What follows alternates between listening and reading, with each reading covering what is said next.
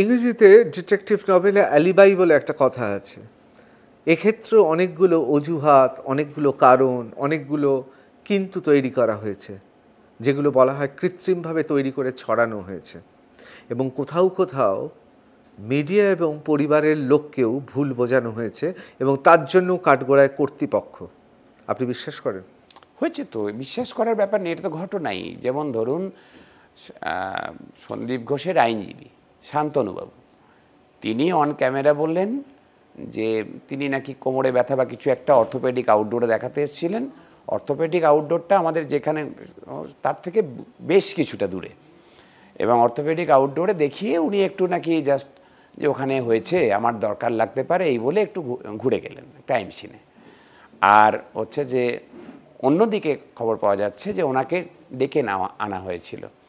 Kolkata police কালকে সাফাই দিয়েছেন যে উনি ওই আরজিকর মেডিকেল কলেজের অফিসিয়াল আইনজীবী, সেই জন্য তাকে ডেকে পাঠানো হয়েছিল। তাহলে কে ঠিক বলছেন, শান্তনুবাবু নিজে না কলকাতা পুলিশের বড় অফিসার যিনি কাল সাংবাদিক সম্মেলন করলেন? ফলে অ্যালিবাই তৈরি করা, তো অ্যালিবাই তৈরি অপরাধীরা করলে তদন্তকারী পুলিশ সেটা তৈরি করতে, কিন্তু পুলিশের যদি সহযোগিতা থাকে অ্যালিবাই তৈরিতে তাহলে বড় বিপদ। মানে আপনি বলছেন সর্ষের মধ্যেই ভূত? একদম তাই। কিন্তু কোথাও বিভিন্ন জায়গায় বিভিন্ন খুনের ঘটনায় একটা তো মোটিভ থাকে, এখনও তো স্পষ্ট নয় মোটিভ। আপনারা সাংগঠনিকভাবে কিছু ভেবেছেন? আবার বললাম যে দেখুন, ওয়াইল্ড গেজ করা আমাদের কাজ নয়, তাই আমরা জল্পনা কল্পনা যদি আমরা কিছু করেও থাকি ব্যক্তি মানুষ হিসাবে, সেটা আমি সংবাদ মাধ্যমে বলবো না।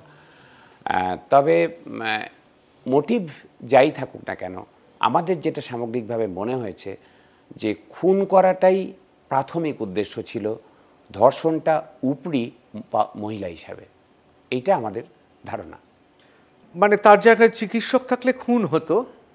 মানে একজন পুরুষ চিকিৎসক থাকলে হয়তো শুধু খুনই হতেন, যেহেতু মহিলা চিকিৎসক, খুনের সাথে ধর্ষণটাও খুনের আগে, মানে পোস্টমর্টমে লিখেছে খুনের আগেই ইনজুরিগুলো হয়েছে, ফলে প্রাক হত্যা ধর্ষণ বলা যেতে পারে এটাকে, যদি সেটা ঠিক হয়।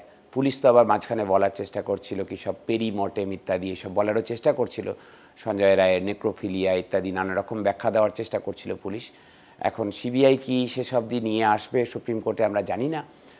আমরা সুপ্রিম কোর্টেও এই কেসের পার্টি হয়েছি, হাইকোর্টেও আমরা পার্টি হতে চেয়েছিলাম, হাইকোর্ট সুপ্রিম কোর্টে পাঠিয়েছে, সুপ্রিম কোর্টেও আমরা পার্টি হয়েছি, যাতে আমাদেরকেও হচ্ছে যে শোনা হয়, হিয়ারিংয়ের সুযোগ দেওয়া হয়, আমরা আমাদের কথা সেখানে বলবো। কিছু কথা আমাদের রয়েছে যেগুলো আমরা শুধু কোর্টেই বলবো, যেগুলো আমরা গণমাধ্যমে এখনই বলছি না, তাতে তদন্ত। মানে আপনাদেরও আস্তিনে তুরুপের তাস রয়েছে। অবশ্যই লড়াইতে যখন আমরা নেমেছি, সত্যের জন্য লড়াই, সুবিচারের জন্য লড়াই, তখন আদালতেও যেমন লড়ছি, রাস্তাতেও লড়ছি, লড়তে তো হবেই, লড়াইয়ের মধ্যে পড়েই। ডক্টর গোস্বামী, আমি একটা কথা বলি, আজকে লড়াইটা শুধু আপনি আপনার সংগঠন লড়ছে না, গোটা পশ্চিমবাংলা, গোটা দেশ, এমনকি দেশের বাইরেও অনাবাসী ভারতীয় তারাও লড়ছে। সুতরাং আমরা সত্যি চাইব ওই আস্তিনের তাসগুলো টিআরপি বাড়ানোর জন্য আমি একবারও বলাতে চাইব না, কারণ সবচেয়ে বড় জরুরি হচ্ছে ওই খুনিদের শাস্তি হওয়া। আপনারা এগিয়ে যান, কিন্তু আমার সতীর্থদের অনেক প্রশ্ন আছে, বিশেষ করে লালবাজার আপনাকে ডেকে পাঠালো কেন কেন এ বিষয়ে নারায়ণের প্রশ্ন আছে। Narayan. Gauridevi Institute of Medical Sciences and Hospital, GT Road, Rajpath, Durgapur. Best place to study.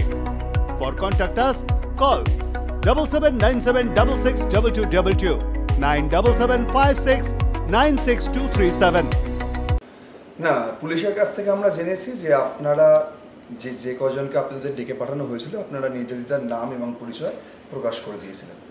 কি ওখানে জিজ্ঞাসা করেছে সেটা আপনি বলবেন না, আমরা জিজ্ঞাসাও করব না, কিন্তু যা জিজ্ঞাসা করা হয়েছে আপনার বয়ান নিয়ে, সেটা কি তদন্তের কাছে কোনো সত্যিই তদন্তে কাজে লাগবে বলে মনে হয় আপনার? এইটা একটা কোশ্চেন। আরেকটা কোশ্চেন, যে সর্ষের মধ্যেই ভূত আপনি বলছেন, সেখানে ক্রাইম সিনে নির্যাতিতার বাবা এবং মা পৌঁছানোর আগেই অনেকেই পৌঁছে গিয়েছিল। শুধু সন্দীপ ঘোষকেই আমরা দেখছি সিবিআইকে জিজ্ঞাসা করতে, তাদেরকে জিজ্ঞাসাবাদ করছে না। প্রায় 2 সপ্তাহ অতিক্রান্ত, সিবিআই কি পারবে এই তদন্তটা শেষ করতে? নির্যাতিতার নাম পরিচয় কোথাও উল্লেখ করিনি, না অন ক্যামেরা না অফ ক্যামেরা। যেখানে অন ক্যামেরা উল্লেখ করেছেন সন্দীপ ঘোষ একাধিকবার, আমাদের মাননীয় পুলিশ কমিশনার শ্রী বিনীত গোয়েল সাহেব অন ক্যামেরা শুনেছি টিভির পর্দায়, মাননীয় মুখ্যমন্ত্রী তাকে বলতে শুনেছি নির্যাতিতার নাম পদবি আমি টিভির পর্দায় শুনেছি, কিন্তু আমি কোথাও এটা উচ্চারণ করিনি। দ্বিতীয় বিষয় যেটা বলছিলাম আপনাদের, যে আমরা যেদিন লালবাজারে গেলাম, মাননীয় পুলিশ কমিশনার সাহেব কিন্তু আমাদের কোনো প্রশ্ন করেননি, খুবই সৌহার্দ্যপূর্ণ পরিবেশে আলোচনা করেছেন। মাননীয় পুলিশ কমিশনার সাহেব তার নিজের চেম্বারে আমাদের চা খাইয়েছেন, এবং উনি ওনার বিষয়ে বলেছেন যে ওনারা কতটুকু করতে পেরেছেন, কতটুকু করতে পারেননি, ওনার মতো করে উনি বলেছেন কেন করতে পারেননি। কিন্তু কোথাও আমাকে বা ডাক্তার সরকারকে কোনো প্রশ্ন যে এটা কেন করেছেন বা ওটা কোন করেছেন বা তদন্ত সম্পর্ক কোনো প্রশ্নই করেননি উনি, বরং আমরাই উল্টে জিজ্ঞেস করেছিলাম যে আপনারা সন্দীপ ঘোষকে কেন এখনও অ্যারেস্ট করলেন না, আপনারা আরজিকর মেডিকেল কলেজে 14 তারিখে রাত্রের ওই ভ্যান্ডালিজমটা কেন হতে দিলেন, কেন আটকাতে পারলেন না, এই প্রশ্ন আমরা করেছি। যদিও তার সদুত্তরও ওনার কাছে ছিল না, কিন্তু হচ্ছে যে সত্যি কথা কোনো কারণ ছিল না, কারণ কারণটা ওনারাও জানতেন যে ভিত্তিহীন এবং অবান্তর কারণের জন্য ওনারা রেখেছিলেন। হয়তো ভয় দেখানোর জন্য, হয়তো কণ্ঠরোধ করবার জন্য, যেটা অন্যদের ক্ষেত্রেও করছে, যে অনেক সহনাগরিককে ডাকছেন তারা আন্দোলন করবার জন্য, প্রতিবাদ করবার জন্য, সত্যি কথা বলার জন্য। ভয় পেয়েছিলেন? সত্যি ভয় পেয়েছিলেন? ভয় পাওয়ার তো কোনো বিষয়ই ছিল না, কারণ হচ্ছে যে আপনাকে বললামই, আমরা যখন মিছিল করে যাই, বহু চিকিৎসক সতীর্থ তারা মিলে, যখন হাজার হাজার চিকিৎসক এবং অন্যান্যরা মিলে।